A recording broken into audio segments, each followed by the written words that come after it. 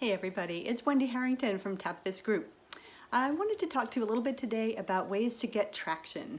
I'll be probably recording a few of these that you'll see over the coming days and weeks. But today we're looking at number one, which is consistency. And when you have a service business, obviously being consistent is one of the key things. You want to be predictable, you want to make sure that people know what to expect. And you certainly want to make sure that you're living up to the basics in your industry, sort of what the standards are. We always like to talk about, we may or may not be a fan of McDonald's, but you know what you're going to get every time.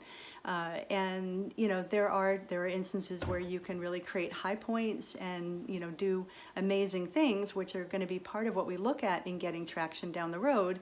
But this initial idea of being consistent, being predictable, showing up and sort of keeping your promises is how you develop trust. And it can be an important piece even in creating a certain baseline level that you can build on. So, one of the things that I've got notes that I want to make sure I don't forget anything, start with what you think the standard is. Find out what the script is, the expectation that people have of what the relationship is going to be like.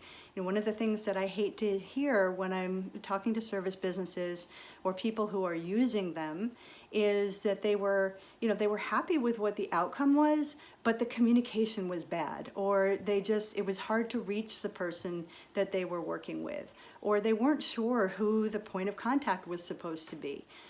All these types of things can really get in the way of creating traction for your business. So, before you start doing all kinds of amazing, wonderful things to add customer service, let's make sure that everything that you're doing is hitting that baseline. And one way that you can do that is by touching base with your customers after an exchange. So if you're not doing some sort of surveying, that's probably a good idea. Another thing is to look at what they literally expect from you, not just from a business like yours, but from you. What are the things that really make people love to interact with your company? Is there a particular style, or do you have a little bit of funny like Southwest does? Or are you just really good at kind of holding people's hands and walking them through the process, good educator? What sort of things really make you be unique and stand out differently from somebody else? Those are things that you want to leverage, and you can do that not just in the one-on-one service that you give, but beyond that into all the communications that you have. So look at how you can be consistent and maybe dial up or ramp up a little bit on those things that they really enjoy. And the third thing to think about is frequency. And this comes up a lot, particularly with things like email marketing campaigns or something like that. But just in general, like what sort of frequency is appropriate for you and your business in the minds of your customer? We are thinking about our businesses all the time. And so, if it were up to us, we'd probably have engagements with them every single day or many times a day. But some businesses, depending on what you're trying to accomplish, you may not want to be in front of somebody all the time. Think of it a little bit like dating. Like depending on the relationship you have and exactly how top of mind your particular service is to that person at this time in their life, you may want to back off a little bit, or you can go ahead and ramp up a little bit more. So when you're in the early stages of an engagement with somebody, you're probably going to want to have a lot more contact. Again, not overkill. You're not going to want to be on the phone with them twice a day, every day when you've only just started working with them. But you can be a little bit more kind of in touch with them in the early stages. And then, if you are, let's say you're in a business where somebody is really only buying once a year, weekly emails may be too much.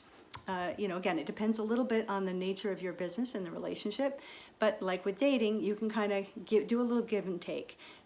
Try to start off with one level of engagement, and if you feel like people are not responding, or something isn't going quite right, survey them. Take a look at what the responses are. You can back off a little bit. You could also test different segments, and we're going to get into segmentation in an upcoming video.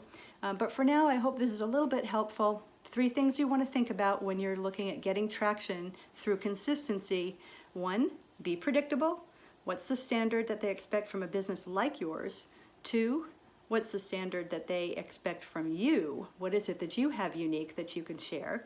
And 3, what frequency makes sense based on where they are in their customer cycle and what the relationship is and value that you're offering to them on a regular basis. So I hope those are helpful. If you want to talk about any of those things, I'm open for conversation. Just message me here or go to my website, which is tapthis.group.